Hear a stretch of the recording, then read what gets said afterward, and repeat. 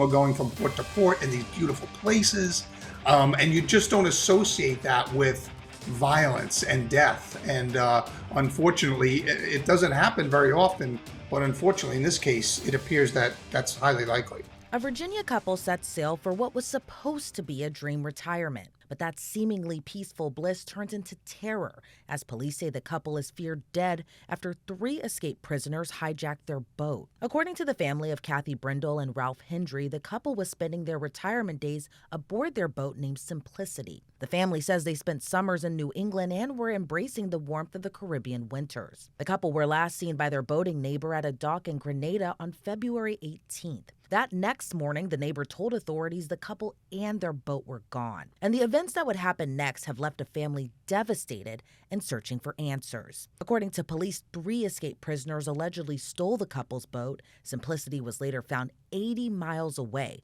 but no sign of Kathy or Ralph. In that situation, when people are on the run like that, they get desperate, and it's anybody in their path becomes a possible victim, and they're looking to get away. A boat is a conveyance, it's a way to get away, especially off an island. You can't hijack a plane unless the pilot's going to fly it for you. But if any of them had boating experience and they're from an island, they might. That I think it was a crime of opportunity. They were in that area, they saw people on that boat, and they thought, let's take the boat, unfortunately. I spoke with retired FBI agent Bobby Chacon, who was a part of a dive team that worked a similar case during his time at the Bureau. Because of the parallel between the 2 cases, he feared the worst. So I immediately got a feeling of dread because, there's no real law enforcement on the high seas. These people live this very, like you said, very romanticized lifestyle, right? We're sailing, it's our dream. We're going from port to port in these beautiful places. And you just don't associate that with violence and death. And unfortunately, it doesn't happen very often. But unfortunately, in this case, it appears that that's highly likely. The Royal Grenada Police Force linked the disappearance to the escape of 3 prisoners who fled from their holding cell on February 18th, the same day the family's communication stopped with Ralph and Kathy. So what do we know about the escaped prisoners? The men were locked up on violent charges, including robbery and rape. According to a February 22nd press release by the Royal Grenada Police Force, the 3 suspects were identified as 30-year-old Ron Mitchell, 19-year-old Trayvon Robertson, and 25-year-old Abita Stanislaus. Police say the trio were all from St. Andrew and were arrested in December, all charged in a violent robbery case. Mitchell, who authorities say is a sailor, additionally faced charges including rape and attempted rape. When Simplicity was reported abandoned in St. Vincent, authorities say they discovered visible bloodstains and the interior of the vessel and its decks were ransacked. I think that's what the police are basically saying. There seems to be a violent struggle on that boat. There seems to be blood on that boat.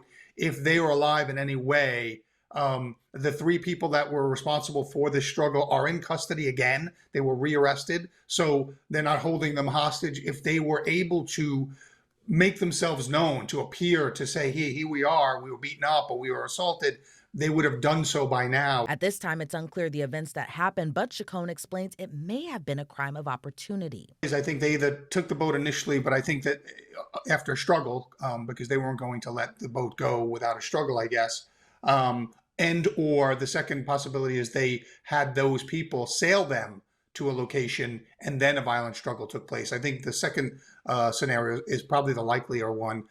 They got away, they forced those people to sail. Oftentimes in situations like that, the criminal will tell the person, I'm not going to hurt you, just take me where I want to go. And then when they get where they want to go, they actually do harm the person. And so I think that they may have sailed away with that couple alive on board, and when that couple was no longer of value to them, then a struggle ensued, and unfortunately it looks like they were killed. By February 21st, all 3 prisoners were recaptured by authorities. And with no sign of the couple, police say new leads suggest that Kathy and Ralph were killed during the hijacking. And I think that's right. And I think that they are looking into the fact and how they escaped.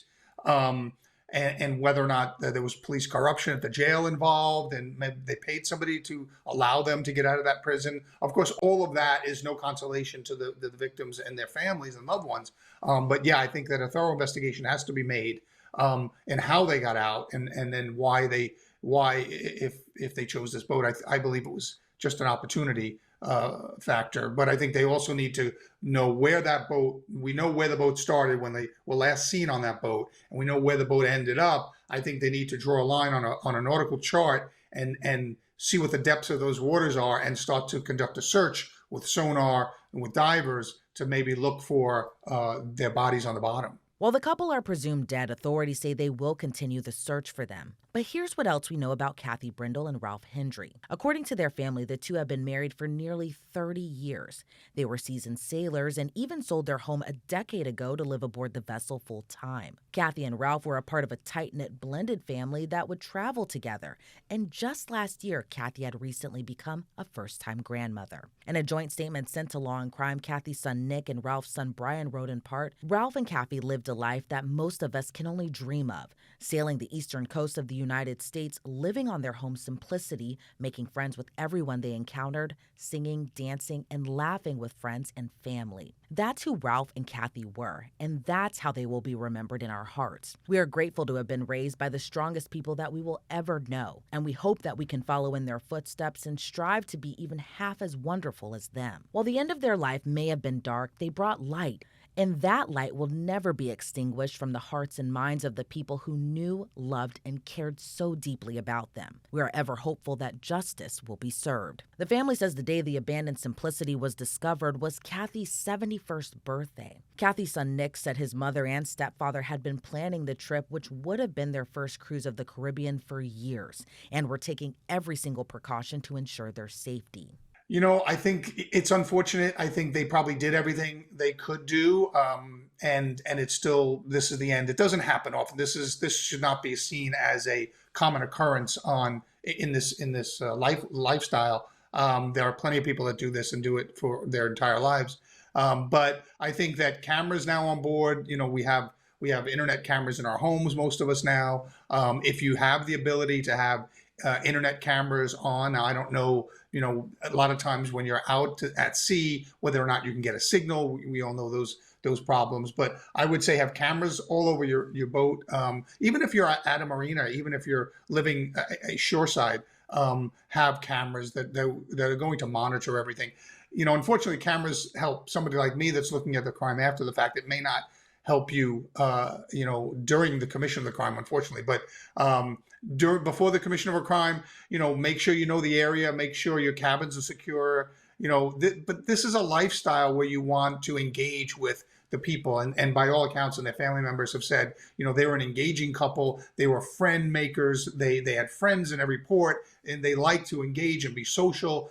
When you live that kind of lifestyle, it's harder for somebody like me to say, oh, you should batten down the hatches and you shouldn't engage with anybody, because that's the way you want to live, and nobody should have to live thinking they're under such a threat. But I think that, in situations like this, you have to kind of take a step back and say, is this the best place to be? What can we do?